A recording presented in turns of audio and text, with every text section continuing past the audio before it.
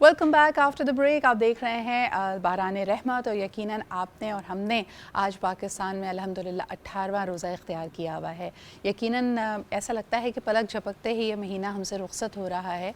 वक्त की जो बरकत होती है वो हम सब एहसास करते हैं कि कितने अच्छे इरादे और नीयत करने के बावजूद वो कार खैर हमसे रह जाते हैं। तभी हम आपके सामने लेके आते हैं अपने हर शो में किसी ऐसे इदारे को, किसी ऐसी ऑर्गेनाइजेशन को जो अपने शब व रोज़ को वक्फ़ कर रही है इंसानियत के लिए, मुख्तलिफ़ मौज़ूआत पे, मुख्तलिफ़ सब्जेक्ट्स पे मुआवनत करती है लोगों की, और ये बेलौस खिदमत में आप भी अपना हिस्सा डाल सकते हैं अपने सदक़ात, अतियात और ज़कात इन तक पहुँचा कर। आइए आज जिस ऑर्गेनाइजेशन को आपके सामने हम फीचर कर रहे हैं, they are called the ZK help foundation. ZK help foundation 2017 से कराची में काम कर रही है। It's a not for profit organisation dedicated to supporting basic necessities of life. आप और मैं जिन ज़रूरियात के बारे में सोचते भी नहीं हैं, इनको फॉर ग्रांटेड लेते हैं, गिवन लेते हैं कि ये चीज़ें तो ज़िंदगी का हिस्सा हैं और ये हमारे पास होनी ही चाहिए, हम में से कई ऐसे लोग हैं जिनकी दस्तरस से ये बहुत दूर है। तो ज़ीके उनकी मुआवनत करती है ताकि ये तमाम अशिया उन तक पहुँचाई जा सकें। इसके अंदर यकीनन किसी तरह का भेदभाव नहीं किया जाता। आपका ताल्लुक़ किस मज़हब से है, किस मसलक से है, या आप कौन सी ज़बान बोलते हैं, पाकिस्तान के किस इलाके से आपका ताल्लुक़ है, इन सब चीज़ों से बिल्कुल बालाए ताक रख कर उनकी इमदाद की जाती है। इसमें ख़ास तौर पे हेल्थ से रिलेटेड गुर्बत को मिटाने के लिए जो मामलात हो सकते हैं, एजुकेशन के बैरियर्स को हटाना, और फिर इसके अलावा सोशल इंजस्टिस जहाँ जहाँ इनको लीगल मुआवनत की ज़रूरत है उसके लिए भी ज़ीके आगे आके काम करते हैं। इनकी टीम में से आज मेरे साथ मौजूद हैं ज़फ़र खोकर साहब, जो कि डायरेक्टर भी हैं और फाउंडर हैं ज़ीके के। बहुत बहुत शुक्रिया ज़फ़र साहब आपकी मौजूदगी का। इसके अलावा जी कुलसूम खोकर साहिबा भी मौजूद हैं, जो कि आप भी डायरेक्टर हैं विद ज़ीके। कैसे हैं आप दोनों? अल्हम्दुलिल्लाह, thank you very much for being here. Zafar साहब, मुझे बताइएगा कि इसका जो ख़याल था इस ऑर्गेनाइजेशन का वो कैसे आया, और इससे पहले आपका क्या बैकग्राउंड है? किस तरह आपने सोचा कि ये foundation will be something that you want to dedicate your efforts to? जो इस जेड के हेल्थ फाउंडेशन बेसिकली ये एक एनजीओ है, 2017 में इनकॉर्पोरेट हुई है। इस एनजीओ का मकसद जो इनकॉर्पोरेशन है, अब देखें ये सर्टिफाइड है तमाम इदारों से, गवर्नमेंट ऑफ पाकिस्तान से, एससीसीपी से, एफपीआर से, पीसीपी से, इवन सिंध चैरिटी कमीशन से भी ये रजिस्टर्ड है। इससे पहले ये बीइंग अनरजिस्टर्ड तो बहुत अरसा चलती रही, लेकिन फ़ील ये हुआ कि जब तक ये एक रजिस्टर्ड इदारा नहीं होगा तो इस खुल के काम नहीं हो सकता।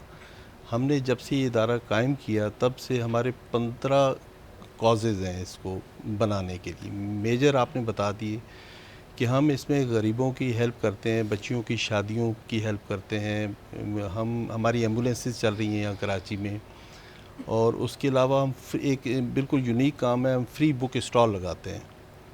हर आने वाला, हम एवरी संडे रीगल सदर कराची में एक जगह है जहाँ फ्री बुक स्टॉल लगता है, हम वहाँ से फ्री किताबें हर आने वाले को देते हैं, लोग डोनेशन करते हैं हमें।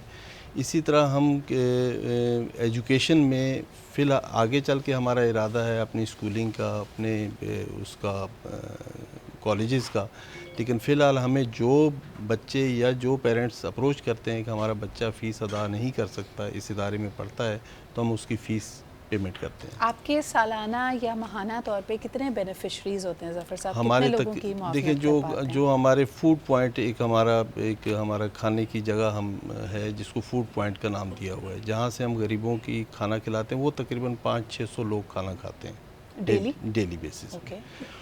उसके अलावा हम कई घरों को राशन देते हैं जो हमारे पास रजिस्टर्ड हैं, जिनकी इन्वेस्टिगेशन के बाद हमने फ़ील किया कि इनको इन तक राशन पहुंचना चाहिए।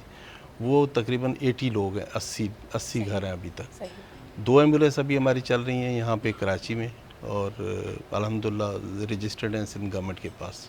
मुझे ये बताइए ज़फ़र साहब, माशाल्लाह ये बड़ी अच्छी बात है कि 15 मुख्तलिफ़ कॉजेज़ के लिए आप काम कर रहे हैं, लेकिन हमने अभी तक जितनी एनजीओज़ को फ़ीचर किया वहाँ सिवाय बहुत बड़े इदारों के, तो उनका फ़ोकस कुछ ख़ास इश्यूज़ के ऊपर होता है जो उनको एक्सपर्टीज़ डेवलप करने में मदद करती है। उनको ये पता चलता है कि लोगों की मुआवनत की तो इनको उनके पैरों पर कैसे खड़ा किया जा सकता है। मिसाल के तौर पर कोई ख़ास हेल्थ का इशू है, कोई एजुकेशन रिलेटेड है। आपको नहीं लगता कि आपका 15 कॉजेज़ पे बैक वक्त फ़ोकस शायद मुश्किल होता नहीं, हो? 15 कॉजेज़ तो हम लेके चले, लेकिन हमारा काम अभी तक 4 या 5 को हम फोकस कर चुके हैं। उसमें एजुकेशन है, उसमें हेल्थ है, اور اس میں یہ خاص طور پہ ہم ایجوکیشن اور لیگل ایڈ جو مین ہمارا کاز ہے کہ جو لوگ اپنی لیگل ایڈ کی وجہ سے اپروچ نہیں کر پاتے کورٹس میں کہ ان کو ہم ہیلپ کر رہے ہوتے ہیں، کیونکہ میں ایک لا فرم کو بھی ہیڈ ہوں میں اس کا، تو بہت بڑا بینیفٹ ہے ہمارے جو بینیفیشری ہیں ان کو، تاکہ یہ اس قسم کا ان کو یعنی وہ عدالتوں تک اور بہترین معاونت لیگل معاونت تک ان کی رسائی ہو سکتی ہے فری آف کاسٹ۔ کلثوم جی، اس وقت آپ کے دل کے قریب سب سے کون سا بڑا کاز ہے، اور اس کے لیے اب آنے والے سالوں میں کیا مزید آپ کے پروگرامز اور ارادے ہیں کہ اس کو کیسے مزید اس کے کام کو بڑھایا جائے؟ کوشش تو ہماری کافی ساری ہے کہ کام آگے ہاسپٹل کا بھی سوچا ہوا ہے کراچی کے اندر، اور اسکول کا بھی ہے۔ صحیح، بالکل صحیح جی۔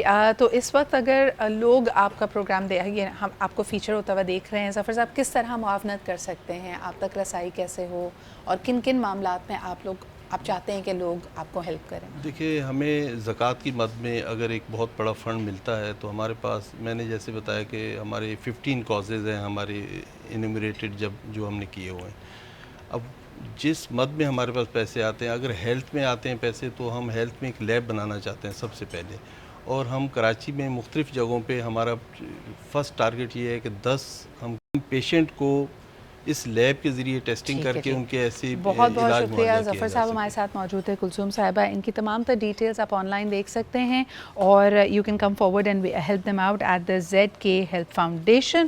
اچھا جی، آپ کو بتاتے ہیں کہ ہمارے پاس ایک بڑی بہترین رپورٹ ہے، خاص طور پہ اگر بات کی جاتی ہے مختلف موضوعات کے اوپر، جس میں 1400 سال قبل اگر ہم دیکھتے ہیں کہ قرآن حکیم میں ہمارے پاس آلریڈی اس کے بارے میں اشارے ہیں، اور آج سائنس جب اس پہ تحقیق کرتی ہے تو ہم دنگ رہ جاتے ہیں کہ کس طرح 1400 سال قبل نہ انسان کے پاس یہ رسائی تھی، نہ یہ ریسورسز تھے، نہ یہ تحقیق کا پیک تھا کہ وہ ان کے بارے میں پتہ کر سکے۔ اور پہلے زمانے میں اس کو سمجھنے کے لیے اپنے اپنے طریقے تھے لوگوں کے۔ کچھ لوگ یہ سمجھتے تھے کہ دیو ملائی کہانیاں اس وقت ہوتی تھیں کہ شاید خدا ہم سے ناراض ہے، تبھی بارشوں کا ایک سلسلہ ہے یا زلزلہ آیا ہے، اور اس کے لیے کوئی بلی یا بھینٹ چڑھانی پڑے گی۔ لیکن جو اس کے سائنٹیفک کازز ہیں، یقیناً اللہ تعالیٰ کی طرف سے یہ آزمائش اور آفت کے طور پہ تو آتا ہے، لیکن جو سائنٹیفک ایکیوریسی آپ قرآن حکیم میں دیکھ سکتے ہیں اس کا کوئی ثانی نہیں ملتا۔ تو آئیے آپ کو ایک سیگمنٹ میں ہم دکھاتے ہیں جس میں آج ہمارا فوکس بارشیں اور زلزلے اور اس طرح کی قدرتی آفات ہیں، جس کا ذکر، جس کے بارے میں جو ایلیبریشن ہے، جو تفسیر ہے، وہ قرآن حکیم میں موجود ہے، اور جو ماڈرن علوم ہیں وہ اس بارے میں کیا کہتے ہیں، آئیے دیکھتے ہیں اس رپورٹ۔